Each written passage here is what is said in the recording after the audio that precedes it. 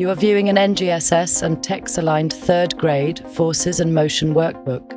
This workbook covers Grade 3 Forces and Motion Learning Standards. This unit has 150 pages of engaging content. Simply print and bind, no more lost or messy papers to deal with. Unit contains 6 experiments, complete with informational text, activities, notes, and success criteria. Teachers also get our interactive Google Slides with a complete video library. Wait until the end of this video to get 2 free experiments from this workbook and access to our Google Slides. Make sure you watch this entire video to the end. Students learn Newton's laws of mechanics, forces that push, pull, and even bend space-time. Our interactive notes are fun for little hands to colour, cut, paste, and move pieces.